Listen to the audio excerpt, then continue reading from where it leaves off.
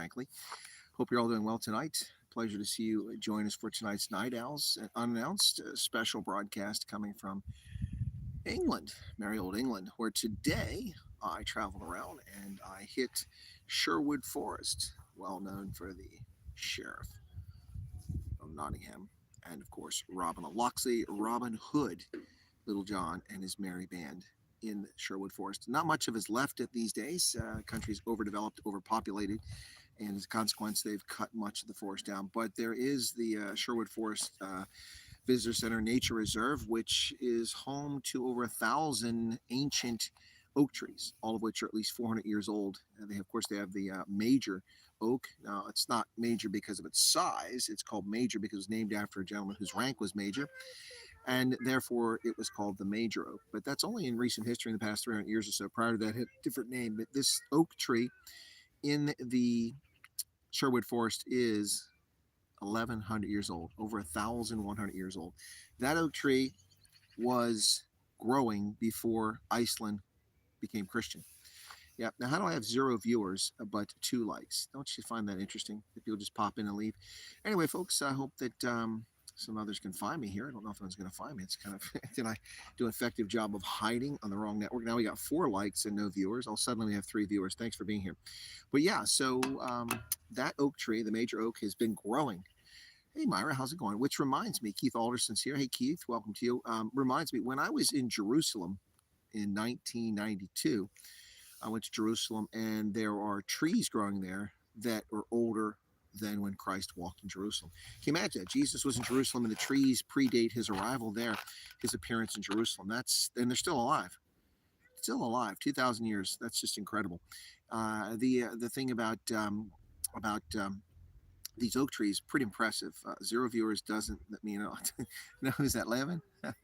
No, Levin, that's what YouTube tells me. Now it says we have 8 viewers, so thank you for that. But to be fair to YouTube, their stats that show up on the screen are about a minute behind. Hey, CB, how's it going? So, yeah. Anyway, I hope folks can hear me okay. I picked a quiet spot. I found a little park here, and I've got a good signal up on a hill. So, yeah. Anyway, none of us count, says Dylan Combrick.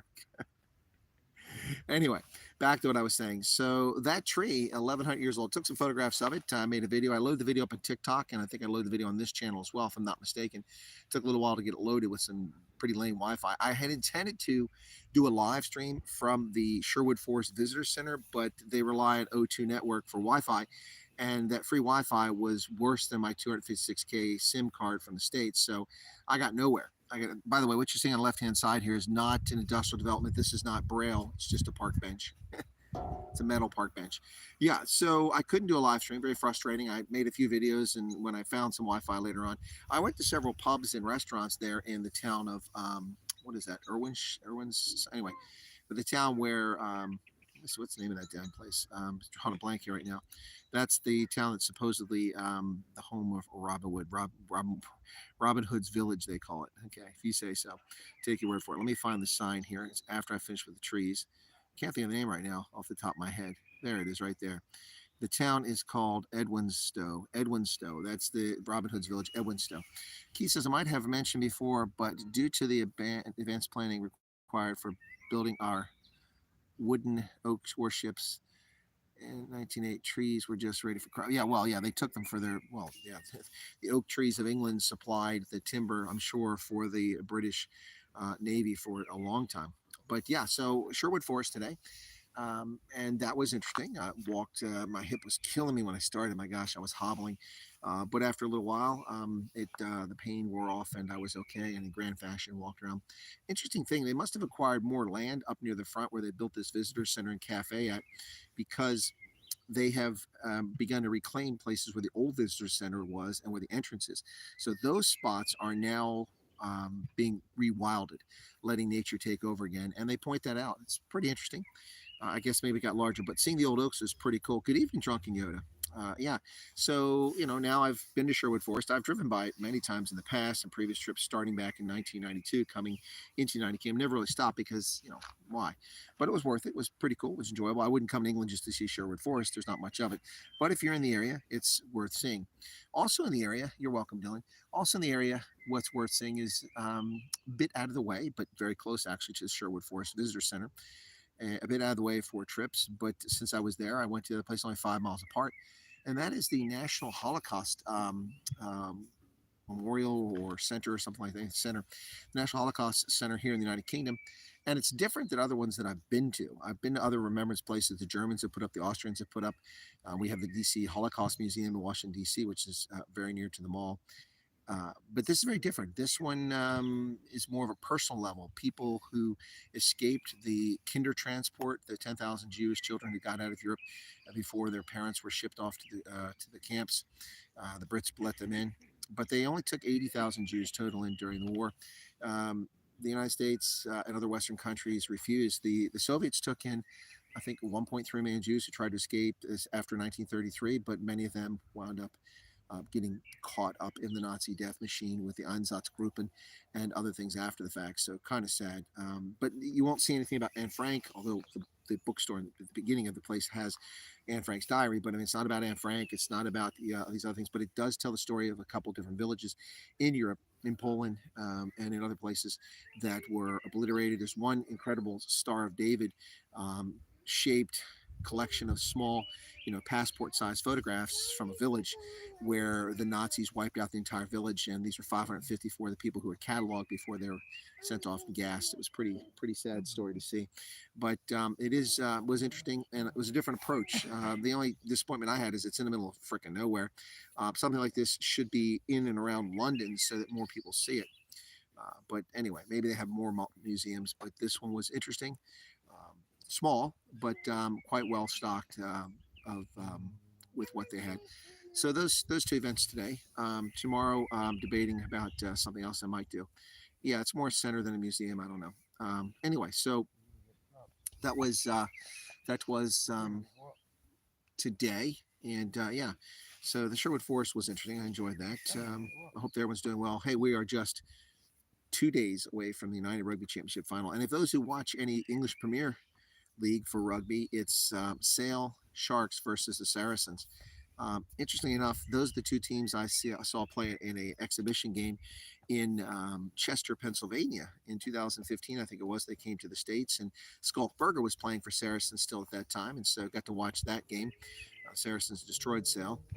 But then, of course, you know what happened with Saracens with the salary cap nonsense and how they were punished for that and then relegated, but they came back and now they're in the championship again just a few short years later. Just shows the quality of the management of the club and how they can get great players and the legacy and reputation the club like Saracens has. Not my favorite name. Saracens is the name of Islamic warriors. I don't know why you would name a team the Saracens based in London, but then they also have a London Irish team, so go figure. That's English, they're funny. 2 long days from the rugby game. Yeah, Myra, it's going to be huge. It's going to be epic. This is a chance for the Stormers to put their firm footprint on the URC. They already have it, winning the inaugural championship last year, defeating the Bulls. But this is a sold-out crowd at DHL Greenpoint Stadium. Speaking of which, I read that they are finally going to replace this hideous turf at DHL Greenpoint Stadium, but it's going to cost 16 million rand. It's a mix of synthetic and natural turf, the same sort of thing they use at Wembley. And also at Twickenham, which I thought was natural turf, but it turns out it's a blend of synthetic fibers and natural turf. I don't know how that works, but it looks pretty good, and players seem to do pretty well on it. So they will be replacing that after this game or next spring. So it'll be winter for the South Africans, but anyway, they'll be replacing that. So actually, right after this game, sorry, and so it'll be ready for the fall for the next URC season when it starts. But that stadium has had 7 events this month.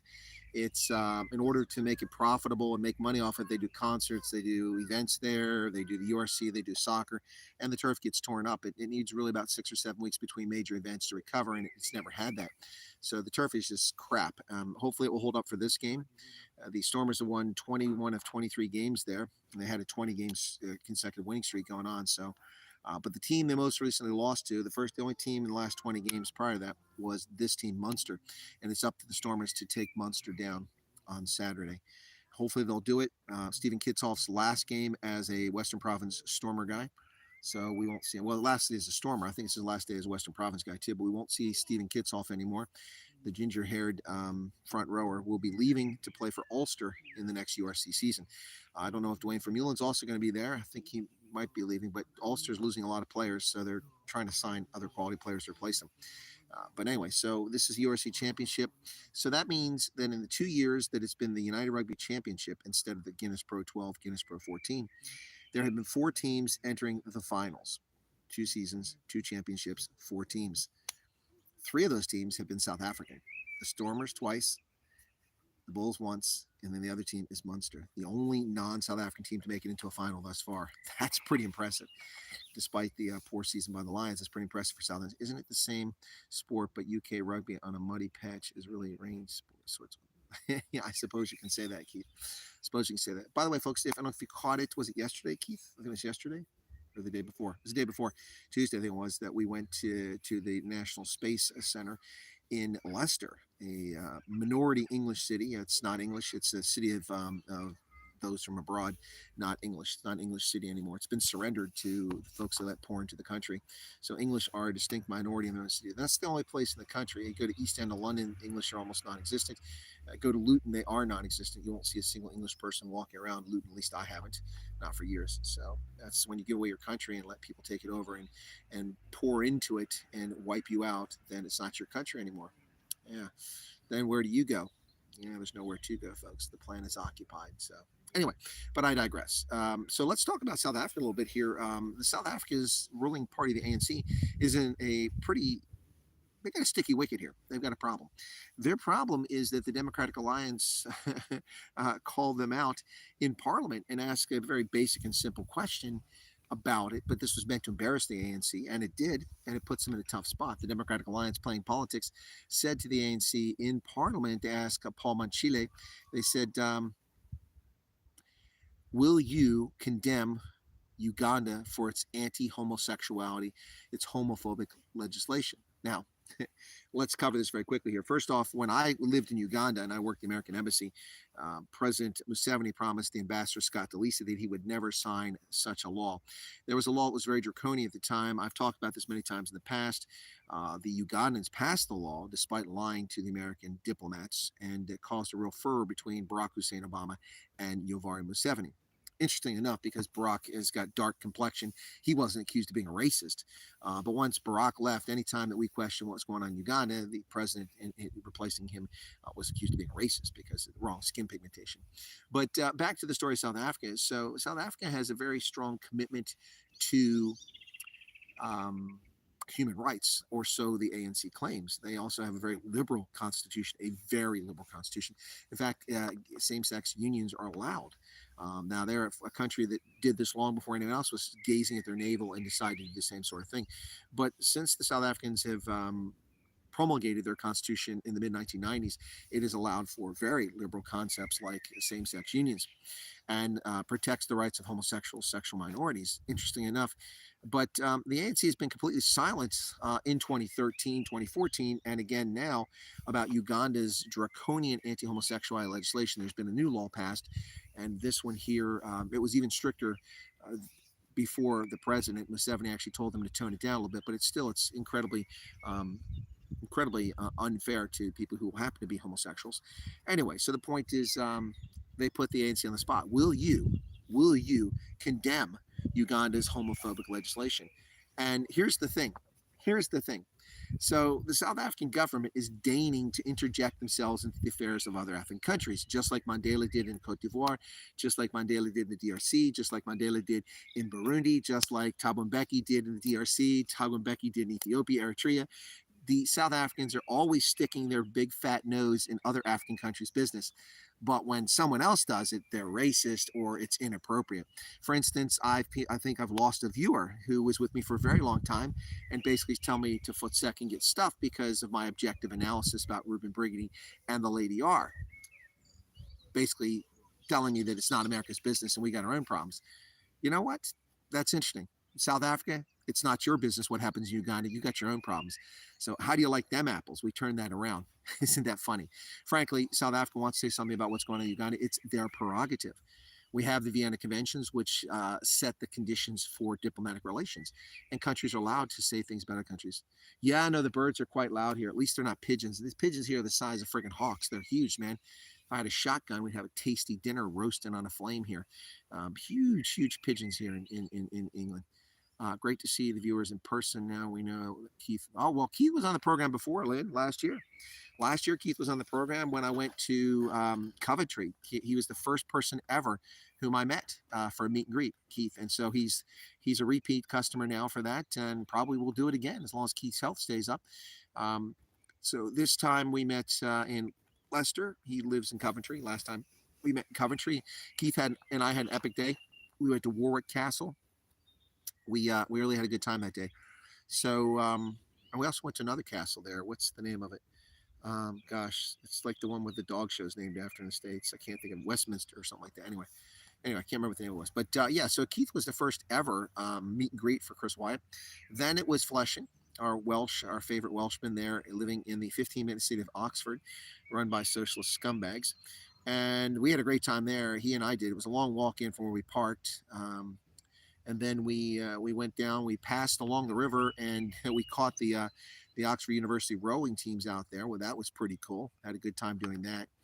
And then the next person I met on that UK trip was Hendo. Hendo and I met down in, it was at Bournemouth, I think we linked up. And then Hendo wanted some more. He wanted to get together. And so he rearranged his schedule. And after the Sevens tournament, because that came at the end of my trip last time, this time it's at the beginning of my trip. But at the Sevens tournament, Hendo joined me in London. And we met Sir what's my friend there, the guy's human rights guy, the British Lord. We met in London, and Hendo and I had a good time. Went to an Indian restaurant, had a great meal. We wandered around London, really had a good time. So that was kind of nice. But this time Hendo was busily engaged, so he couldn't make it. Couldn't see him. Is Hendo in the chat? I haven't seen him there. So anyway, so yeah, that was so Keith was the first, then Fleshin, and then Hendo. And then, of course, we did the South Africa trip, and we had lots of people for meet and greets there on the first trip. The second trip, most of the meet and greets were rather small. There were a couple mid-sized ones, but that first one we had 40 to 60 people in the Pretoria meet and greet. The smallest meet and greet we had on the first trip in August of 2022 was in Hermanus, but we had 7 people show up in Hermanus, and somebody brought pizza, which is really kind. Speaking of which, a lot of the people I met on my first trip, I don't see them on my program anymore. I wonder if I put them off or they've just abandoned YouTube or found something better to do. It is interesting how people come and go. There have been a lot of people who've come and gone.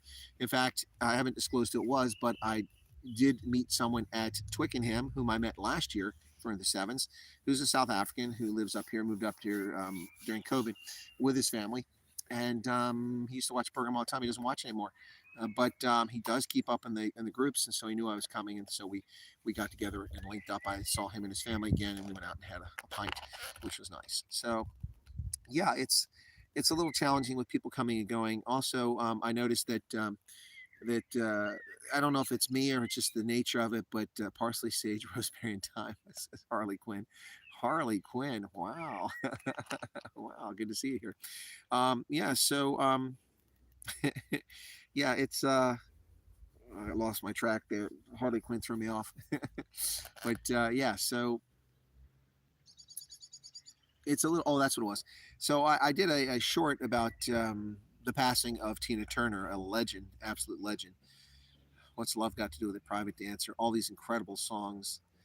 She was something else in her second incarnation when she was in the 1980s. But Tina Turner passed away, and I did a short on that because it was breaking news. That got 1,100 views, and then stopped within 30 minutes. Every one of my shorts, if they catch on within 30 minutes, and then they get shut down.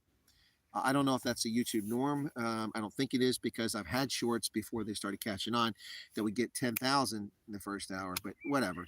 It is what it is. We'll deal with it. We'll survive. It's not the end of the world. I'm still hoping for a new platform and to draw people over there. But I think next time, I don't know, maybe I need to get an agent for South Africa and start selling my appearances, that sort of thing, and get more people to come to these things. But anyway, by the way, I dropped my phone this time, my good phone. That's why I have a screen cover. The screen cover is cracked again. I dropped it in the hotel room. It was dark, and I was filming last week. But anyway, this trip is coming to an end rapidly here, folks. I'm just here for a couple of more nights.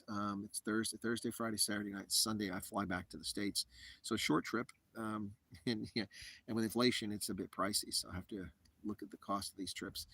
But I will be traveling to Chicago next weekend to cover the Chicago Hounds, the expansion franchise of Major League Rugby. They'll be playing, I think it's Utah or New England. I'm trying to remember. But anyway, I'll be there in Chicago to cover them.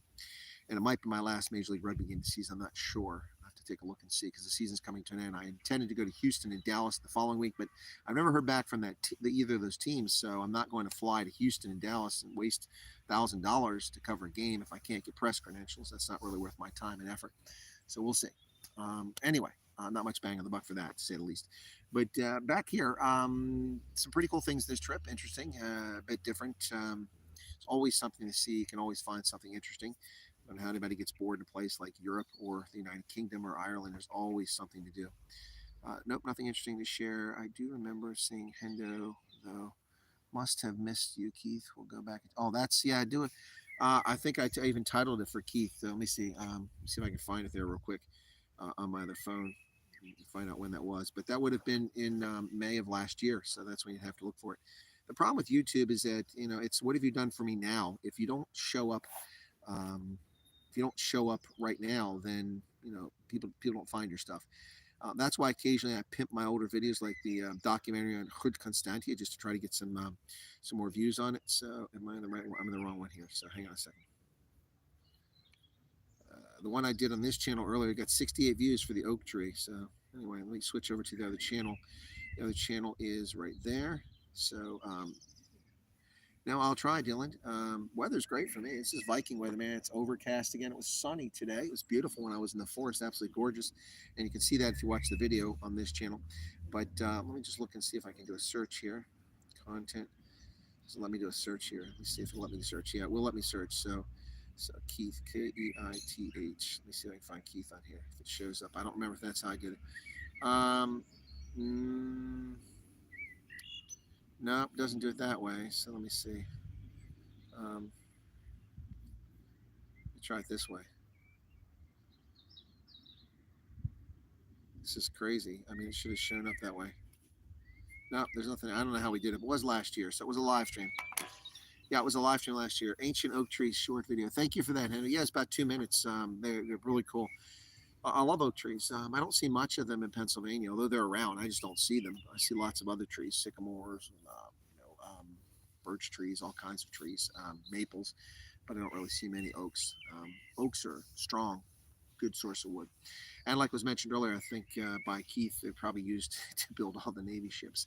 Master Yoda, greetings. Greetings. These are not the droids you're seeking. I know that's not Yoda. That's Obi-Wan Kenobi, but you get the point.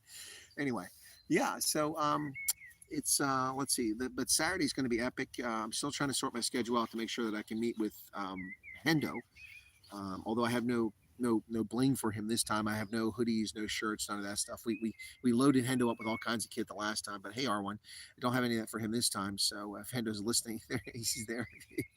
But I'll try to set the schedule up. Hendo, I'm not sure what time. I'm working on that, and I'll give you an idea.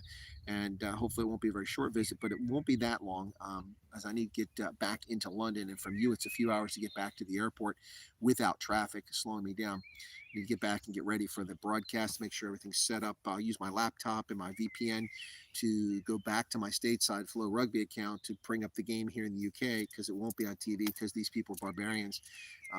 Even though this is where rugby's invented, they don't bother to show the URC.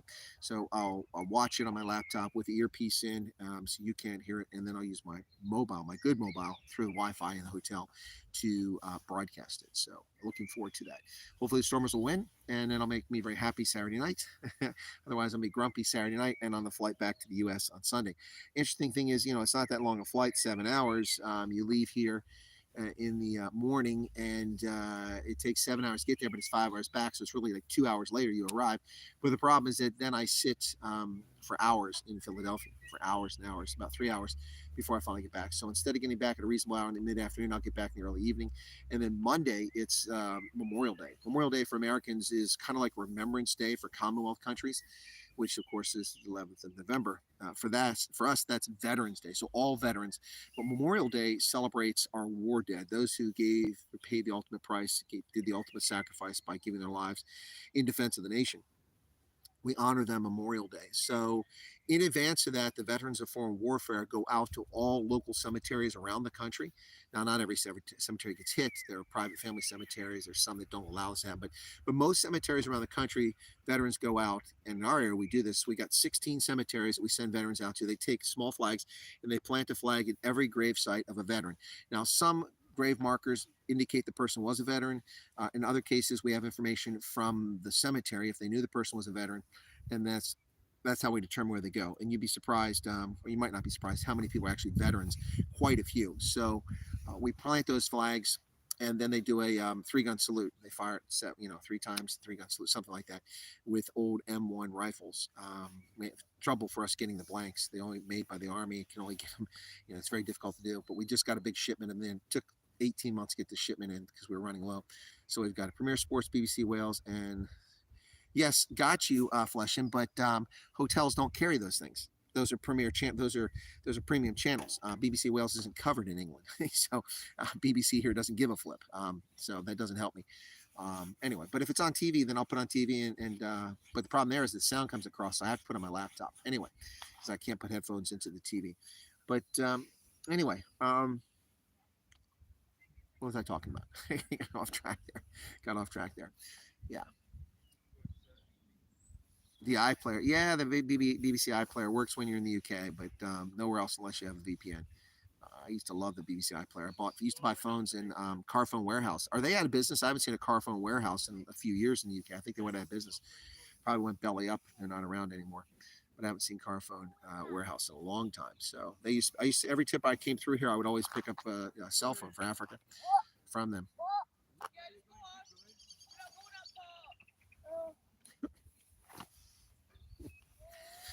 Strange people hanging around. But anyway, yeah, I lost track of what I was talking about there. Anyway, guess must not have been very important there. So, yeah. So the grass is being replaced at DHO Greenpoint.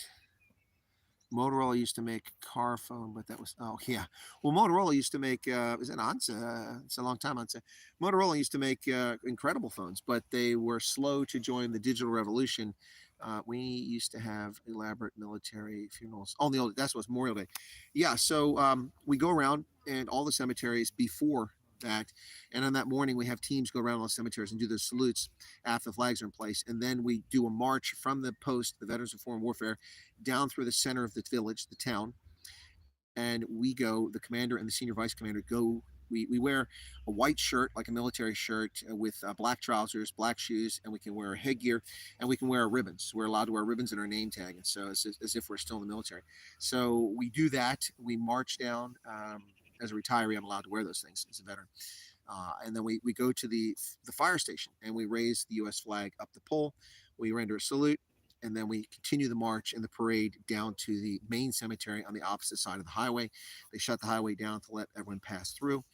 A lot of people bring their vintage cars, come to this, Camaros, Mustangs, Corvettes, Studebakers, DeSotos, things like that. They'll bring them, and they join the parade, and people come out. A good-sized crowd comes out. But, I mean, I've seen photographs of the events from the 1940s and 50s. The crowds were huge, and the town was much smaller. It's a different era. But that's what we do on Memorial Day. Then, as I said, on Tuesday, the 30th of May, I will be hosting Renee Kruger, now Renee van der Pfeiffer, and we'll be talking about AfriForum Youth and what she's up to and what AfriForum Youth does and what they're all about.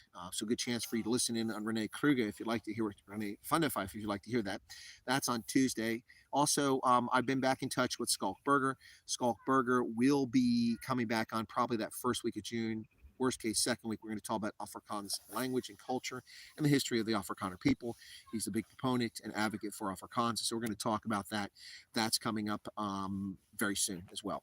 So also, I'll try to get some more folks to talk about politics on there. We'll see how it goes, but that's what's coming up in the near future on at Colonel Chris Wyatt. So hopefully that holds your interest and we get you over there. I see we have 25 here. This is just the diehards here now. So Carphone Warehouse is only online now. Yeah, there you got sucks because I love Carphone Warehouse. They were incredible. I hate this online nonsense for everything. You know, everything online, everything online. It's ridiculous. Pretty soon you'll have to buy washers and dryers and refrigerators online. That's ridiculous. You need to go touch the things, put your fingers on them before you buy one of these damn things. Will you comment on the Russian losses in Ukraine and the consequences if Russia goes belly up? Is it Andre or Andre? I can't see. It's Andre. I've talked endlessly about Ukraine and Russia. You want me to comment on it now? I can comment on it now. And what losses are you talking about? Is there some new information that's come out while I've been in the UK for the past week? Because the information I have is it comports with what my estimation was and my projections were. You see, the Biden regime and NATO have been lying to the world, along with the Zelensky regime. They've been lying to the world about Russian losses.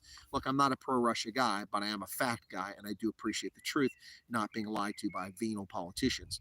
But they told the world that Russia had lost 200 to 300,000 soldiers in this conflict, which is just implausible.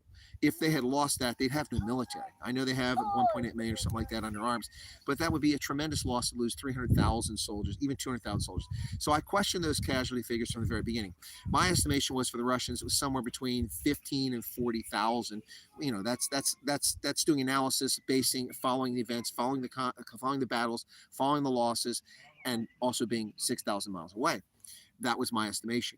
For the Ukrainians, I figured they lost 50 to 100,000 people. Now, it was more, I honestly said it's more like 50 to 80,000 was my expectation. We came to find out that the Biden regime has been lying to us. And we found this out because of the disclosure that came out. They screwed up and they let a Air National Guardsman from Massachusetts have access to classified information that was used to brief the chairman of the Joint Chiefs of Staff. And that information from the chairman's daily brief revealed the truth about what our intelligence community said the losses were. They have said, this is a month and a half ago when it was released, so the information is as recent as February, the Russian losses are actually 17 to 40,000 max, 17,000. More like 17 to 30,000 is their estimation. That comports with what I project after a year plus of combat there. For the Ukrainians, they put the figure at 50 to 80,000. So that's along the lines of what I was saying. I don't have satellites at my disposal. I don't have human intelligence spies sitting on the ground in Russia and Ukraine working in the Kremlin and all those places. I don't have radio intercept available. All I have is my knowledge of military affairs, revolutionary military affairs, the events, the technology, how combat goes, what estimations are, what's bullshit when a government tells you something. All of that and my experience come together led me to believe figures that have largely been borne out to be true. The Russians have not suffered nearly as many losses. Now, they have lost a lot of armored vehicles, but that in no small measure is because of their foolish approach. Their fullest approach to this was to start a conflict on 7 major fronts. What moron starts a war on 7 fronts? Why do you attack from the Crimea, through the Donbass, from the north down to Kiev, sending strategic and tactical ballistic missiles all over the country, bombing people in what used to be Poland, but it's now part of the Ukraine, in the western part, in Lvov and places like that? This makes no sense. And you attack them, it just made no sense. And it showed because they had no strength in any place and they were beaten back pretty quickly once the Ukrainians organized their defense. So that's the first thing. Second thing is that the Russians put their old armor in the front. They didn't bring their T-80s and their newer ones out, the T-90. The T-90 is just now making it to the battlefield in the last couple of months. That's stupid, absolutely stupid. Didn't make any sense whatsoever. So you got to wonder if they even wanted to win this thing. My argument from the very beginning is that the reason this conflict, I'll get back to your questions in a moment, Audrey. I saw your comments. I'll have to flip back. But the reason this conflict started is because Vladimir Putin made the calculation that there would never be a dumber, stupider son of a bitch sitting in the White House than Joe Biden. There would never be anybody that mentally deficient sitting in the White House, well, unless John Fetterman became president. But now was the time. When Trump was there, he didn't know what Trump was going to do. He was terrified of Trump. Even when Obama was there, he knew what he'd get away with Obama, but even Obama had limits, Here's the line in the sand. Of course, that's nonsense. But when Russia annexed the Crimea, Obama did nothing. So he knew what he'd get away with. But with Trump, he's a wild card. He didn't do anything. Notice he didn't invade Georgia, didn't invade Azerbaijan, nothing to Nagorno-Karabakh, nothing in the Baltics, nothing with Ukraine, nothing with Belarus the entire time Trump was president. No issues with Russia. Suddenly Trump is gone. Joe Biden runs away from Afghanistan. He proves what a cowardly, feckless leader he is, and he'll take no action to defend American and global interest. And as a consequence, and Putin goes, well, now's the time. So he invaded. But his ultimate strategic goal for me was, and the reason he invaded is because Zelensky was not cooperating. He wanted Zelensky to be a puppet. Now, Zelensky has no obligation to be a puppet, but because he wasn't a puppet, Vladimir Putin was angry with him. And so he decided to get even. So there you go. There you go. So if Zelensky had been more pliant, then Ukraine would not have been invaded, but it would have become a client state of Russia, which is not what they wanted. So, I mean, that's just the bottom line. So, I think it was to send a message and to get rid of him for regime change potentially. I think that Putin miscalculated, thinking that the penis piano player, Volodymyr Zelensky, the clown jackass leader of Ukraine, would actually capitulate or fall or be thrown out of office. And I think he miscalculated on it. The other thing he miscalculated on is the 7 front attack. That was stupid. And then finally, I think the strategic goals, as I've said all along, have been simply to annex the eastern third up to the Dnieper River, and that becomes part of historic Russia. The Donbass, Crimea, they already have. The Donbass, they essentially have, and everything up to the Dnieper, basically taking 1/3 of Ukraine, the eastern third of Ukraine. I think that's ultimately what the goal is. A more natural boundary for Russia is the Dnieper River, not where they're at now. So I think that's ultimately the goal. Now, let me get back to your comments and questions there, Andre. You have a few things to say there. I didn't think Russia's are winning.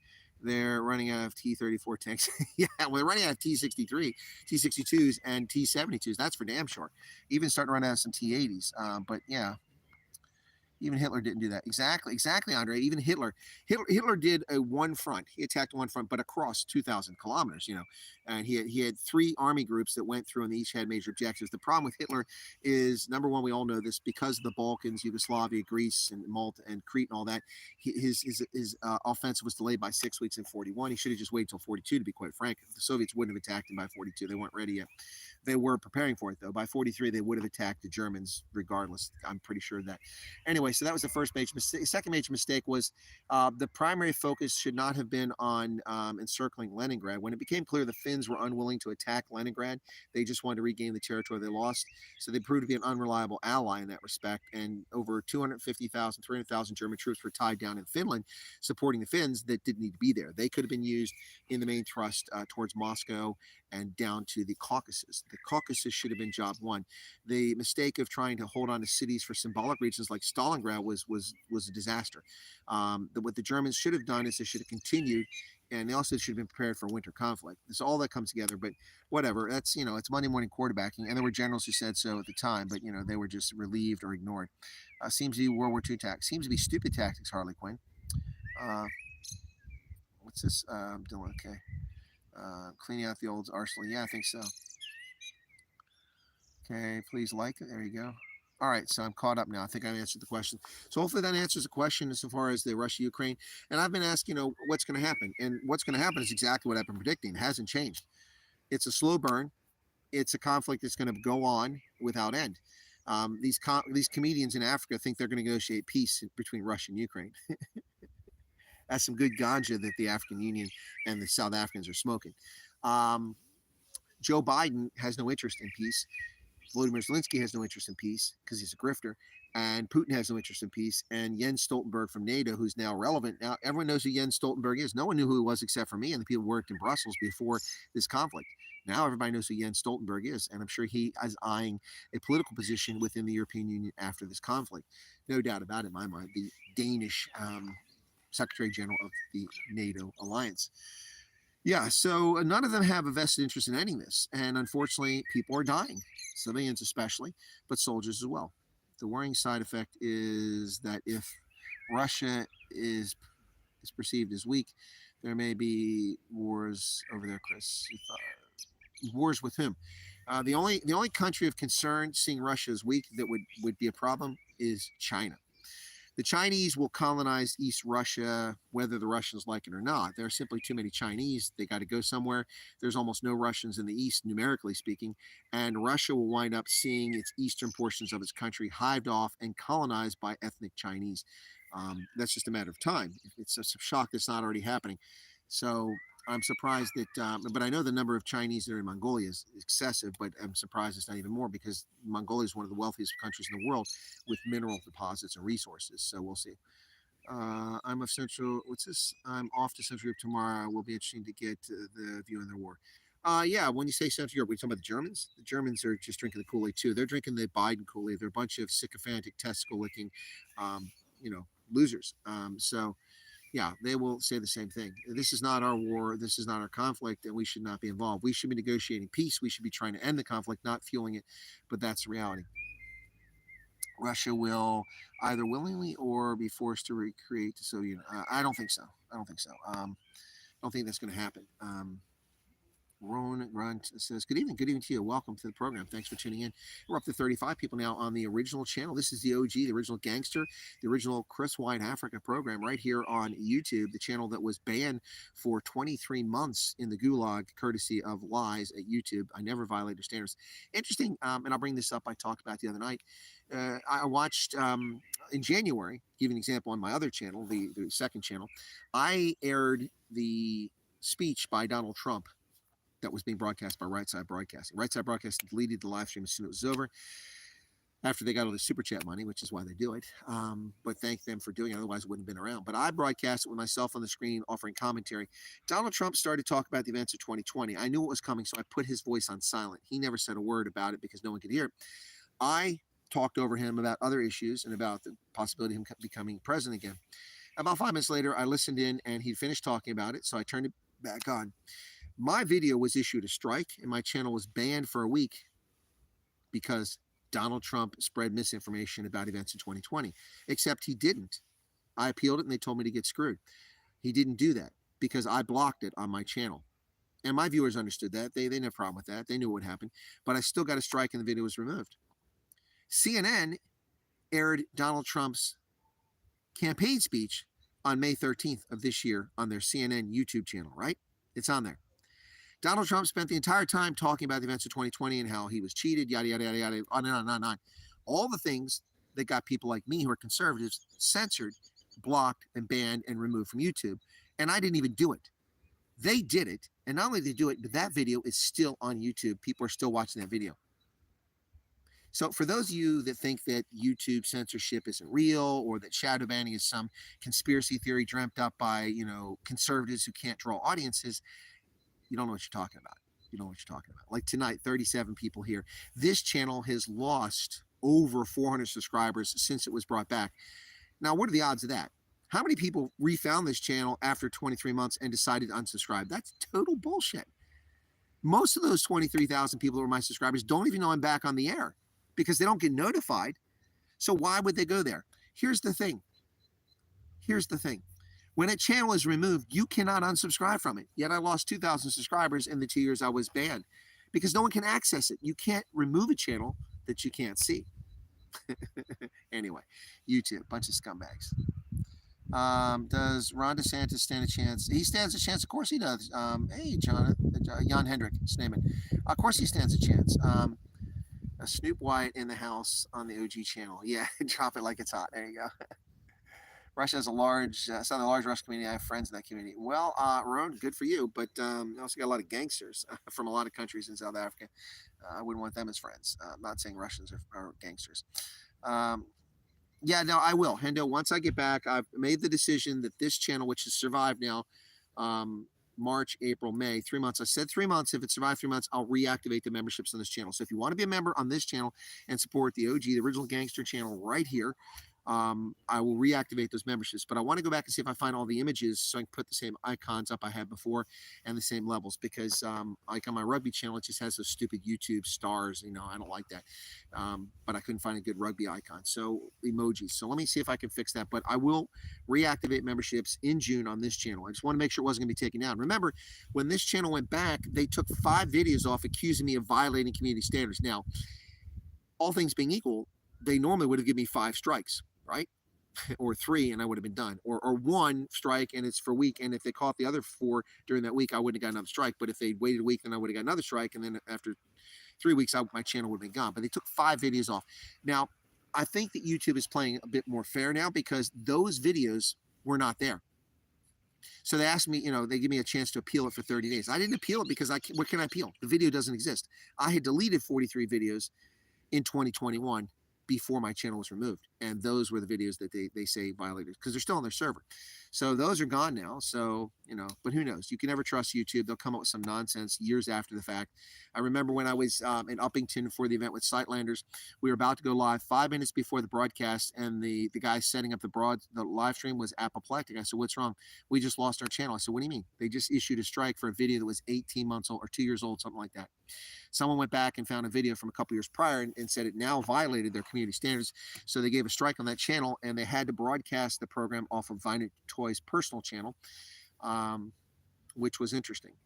We still had 22,000 people watch that live stream. 22,000 people watched that live stream when we did that first event with the Sightlanders. We had 220 people present, and we did a second one 6 months later, or 5 months later, in Pretoria East. I don't know if we had 220 people at that, but we did have a good-sized audience there as well. And I don't know what our viewing audience was, because I tried to broadcast and people just complained about the sound quality. By the way, I'm never doing that again. I'm not going to broadcast those events anymore, because I don't have the technology and people just get pissed off. So the next time that I'm in South Africa and I do an event with the Sightlanders, you just have to wait for their broadcast. This last time it wasn't live. They recorded it and then edited it and put it back up after the fact, which was much better quality than mine. So I'm not going to mess around with that anymore. But the next visit when I come to South Africa, I'm going to try to do some, good evening, I'm going to try to do some events with musicians and things like that. So this last time, of course, for those of you who don't know, I performed with Steve Hofmeyer. I'm not a singer. Trust me, there's a reason I'm not a singer. But I performed on stage with Steve Hofmeyer. We sang the Ballad of the Green Beret at Velbedacht in Wellington, Skalkberger's wine estate. So that was pretty cool. We were supposed to have an event with Giselle, who's suffering from the big C word, and she's going through chemotherapy right now. I think judging by the video that I saw in Afrikaans briefly earlier today when I had a little bit of data connection, it looks like she has a wig on now. I suspect that her hair is, she may be losing her hair. She was okay early on the chemo, but she's getting deeper into it now. So sad news to hear about that. But Giselle is indomitable. She has an indomitable spirit. She has a constitution that's amazing for a young mother. And she is hanging in there. So thoughts and prayers to Giselle. There's a Back a Buddy campaign. If one of the mods, maybe Hendo or Erica, has the link, if you could stick that in there. If you want to go donate money to help pay for it, very costly treatment, and it's not covered because, of course, it's a racist government. She's a minority, so they don't give a crap about her life. Yeah, Russia's to start a colony in South Africa. Yeah, how about that? All right, what else we got here? Ron DeSantis does have a chance. Yep. Okay. Are higher inflation rates in the USA hurting the poor or the people? No, nobody's coping on it, and I'm not poor. I'm not wealthy, but I'm not poor, and it's kicking my ass. It's absolutely kicking my ass. I have to make decisions about what I'm going to do. I haven't gone to a hockey game in a year. It's just not worth it. Let me give you an example. If I go to the Hershey Bears game, the ticket that used to cost me $9 is $36 now. $36. Now, to be fair, that was the special price, but the normal price for that ticket was $14. The $14 ticket is now $36. Parking, which was $5, is $10. So that's $46 before I even get in. Then in order to get to Hershey, which is a half-hour drive, right, 30 miles, so that's one tank of gas, tank and a half of gas, and 30 miles back. So that at $4 a gallon, that is $10 of gas, $10 gas, plus a wear and tear on my car, but $10 of gasoline, $10 for parking, that's $20, $36 for a ticket, that's $56 before I even go in. And I usually don't buy food or eat there, but that's $56 for a single person to go to a hockey game. I used to go to 20 to 30 games a year out of the 38 games, home games they had. And then the playoffs, I usually go another 5 or 10 games. So that's usually about 30 to 40 games a year. 40 games at $50 a game cost me at least $50 a game. 2 games, $100, right? 10 games is $500. That's $2,000 to go to hockey for what used to cost me about $800 a year. That's just hockey. I'm not even talking about the price of petrol, which was $1.82 a gallon when Trump left office, and now it's still at $3.79 a gallon in Pennsylvania. Yeah, that's more than twice the cost. The cost of food is outrageous. The cost of everything has gone up. Poor people are not coping. People are suffering. People are doing without. People are making hard choices in life. The inflation is all a result of Joe Biden. No, it's not Russia invading Ukraine. That's bullshit. And any economist that tells you that is a liar. Any politician tells you that is a fraud.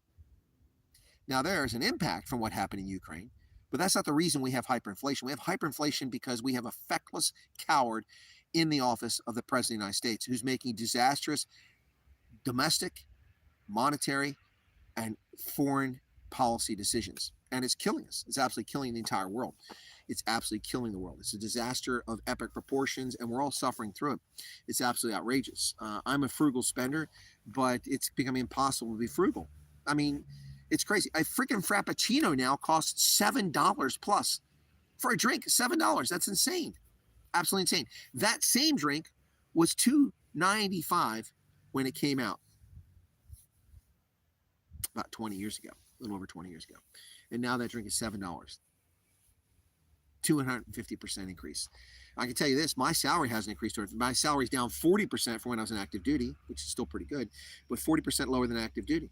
I make 40% less from my salary. And I don't get housing allowance. I wasn't including housing allowance. If you include housing allowance, my salary is down over half because the housing allowance made up about a third of my income and it was tax exempt. But that's gone. I don't get that. But just my salary, that's 40% less. Plus I lost the housing allowance. And I found a way to live on that income, plus a little bit I get from super chats and then the consulting money I get occasionally from gigs. That was enough for me to live off of comfortably, not wealthy, but comfortably. But now I'm making hard decisions. I'm making decisions about whether I put new tires on my car. New tires are $1,000 for my truck, but I need new tires. So do I put tires on the car or do I replace my wash machine, which has got a problem? It's overdue. That needs to be replaced. I need to go back and replace my wash machine. So wash machine, which I could have got for $350, is now $750. People aren't coping at all with this. This is disastrous. You know, for somebody that makes $30,000 or $40,000 a year and has a couple of kids, this is the biggest crime of the Biden regime, and they're getting away with it. What else we got here? How are the GPS guidance systems being affected in Ukraine on NATO supply munitions? That's an interesting question. Is it Louis Ferry? I can't see. What do you mean? Are they not functioning? Are they not hitting the target? Is that your questioning? I don't know that we're giving the Ukrainians our precision guided munitions. I mean, other than Hawk. Or not Hawk, then Patriot. We're giving them Patriot, obviously, which Raytheon is still. Oh, look at that! Yeah, 42-year-old system shooting down the latest Russian missile, which is supposed to be so impressive. Raytheon's getting good advertising out of the Patriot, but I mean, I don't know that we're giving them ATACMS. We're not giving them stuff like that, are we? You can still tell your channel covers mostly South African content, Chris. Strikes are a common thing in this country. That's funny, Kevin. Laura or Lynn is in, excuse me. You're using the same pic in your other same pics. What do you mean same pics? What same pics? I know the other picture is me in uniform. This is a picture of me. I don't understand what you mean same pics. I understand. There are gangsters in all communities and all nationalities. That's true. That's exactly right. We have gangsters in America. We got our own homegrown ones, plus we got MS-13. According to this, the senior from Rendsburg said there'll be a drought, then rain, and a good crop, and then the rain will fall. Well, that's a real hard thing to predict. I'm not picking on Cena from Rendsburg, but just saying. Mel Todd's asking Chris, question. What's your question, Mel? I didn't see a comment from you.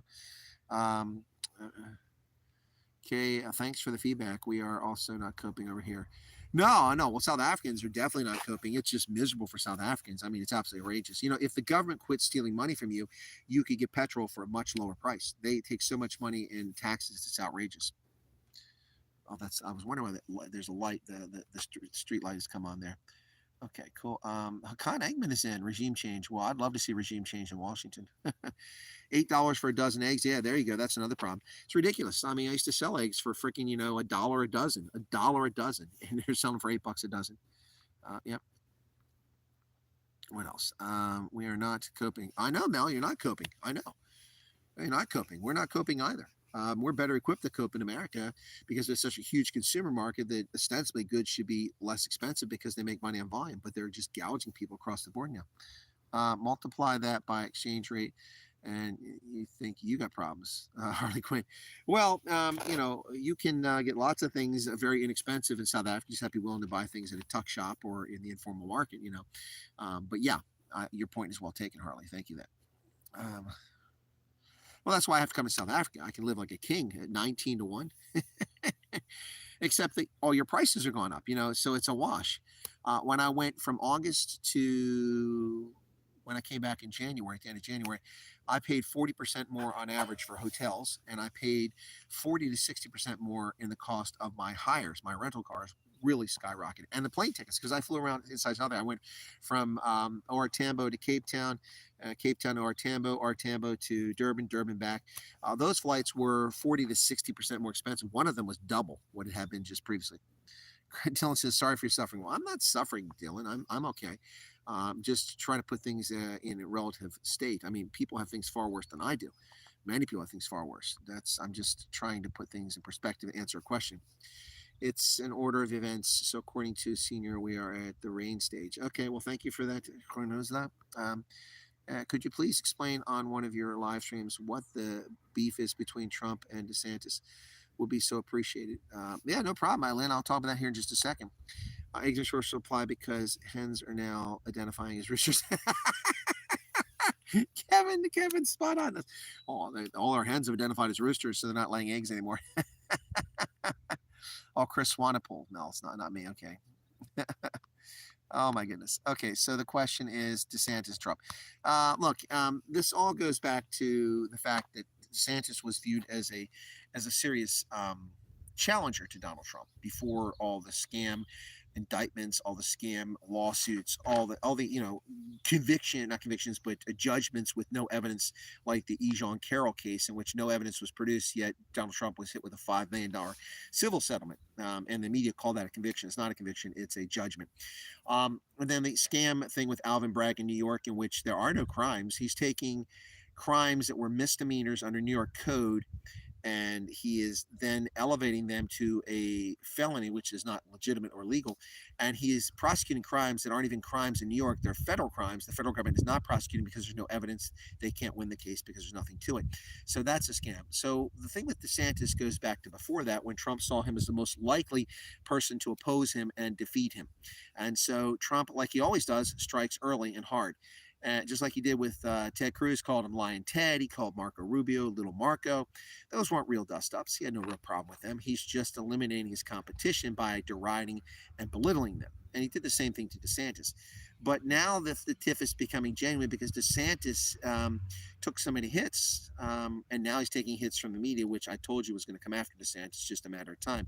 Once they felt they had mortally wounded Trump, which they foolishly think they've done now, they think they've destroyed Trump. They're wrong. They're completely wrong.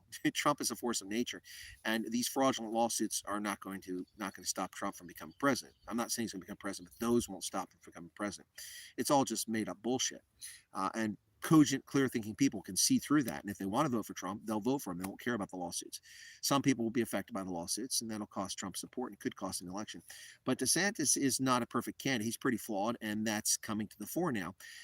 In part because of Trump's constant attacks on him, but also because the media now are actually scrutinizing him and paying attention to him. And more importantly, the biggest reason why DeSantis is a flawed candidate is because they're lying about DeSantis. They're calling him a racist and a homophobe. And the National Association for the Advancement of Colored People is an absolute disgrace. It should lose its charter, and everyone who's a paying member should leave the organization, unless, of course, they identify as a racist.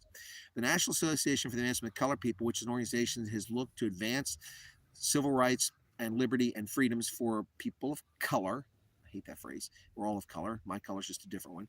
But black people in America for over a century has disgraced itself by issuing a public travel advisory warning black Americans it's unsafe to go to Florida, which is total horseshit.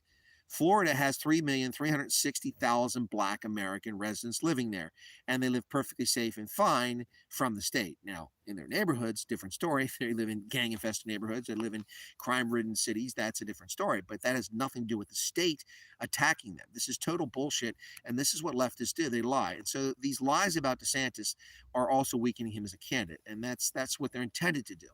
It doesn't matter who gets it. The only Republican who would get any love from the media would be some idiot from Ohio, who ran as a rhino, and then would get support from the media briefly, but they would turn on him as well once he faced a Democrat in the fall. Remember, they love John McCain. Remember, they love John McCain until his opponent was Barack Obama.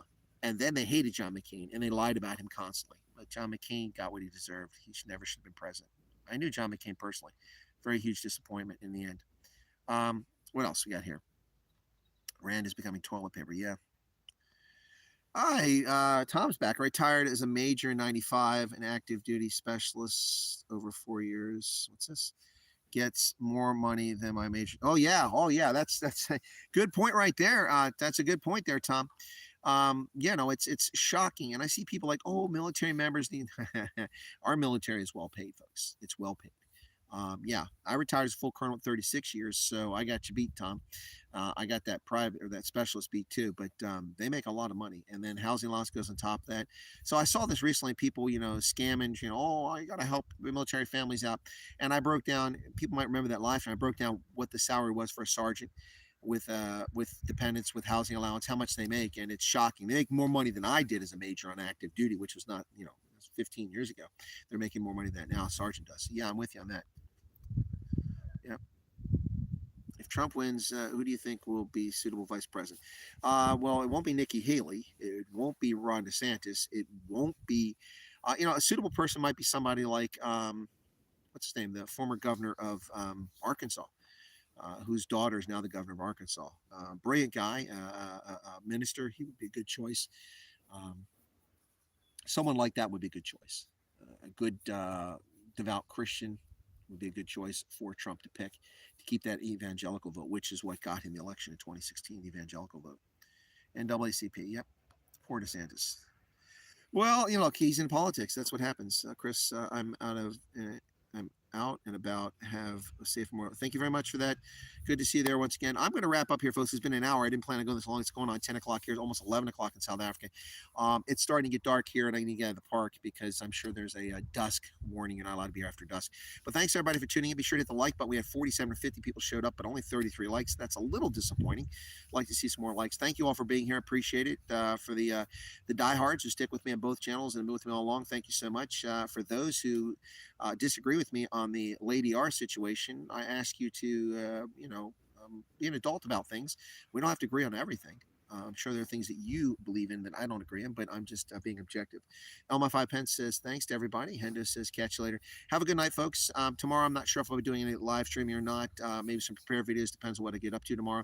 I might just relax tomorrow because Saturday's gonna be a long day for me. What with the travel and then meet and greets possibly, and then calling the game Saturday night, and then packing and going to the airport early on Sunday. So it's gonna be pretty. Balls to the walls, they like to say. So missed most of this. So hi and bye, says Brian Lloyd. We'll go back and watch from the beginning, man. There's no charge. It costs you nothing to go back, just your time. You can play it in the background. So tomorrow might just be a relaxing day for me. So anyway, if I get it stream up, I'll let you know. It'll probably be on at Colonel Chris Wyatt rather than this channel, unless it's doing night owls. Thanks everybody. Be safe out there. Take care of yourself. Don't take any wooden nickels because they get stuck in the slot machines and they don't work. They don't work. They don't work in the New York subway. Nor do the subway police, the New York police either. Cheers, everybody. Have a good night. Be safe.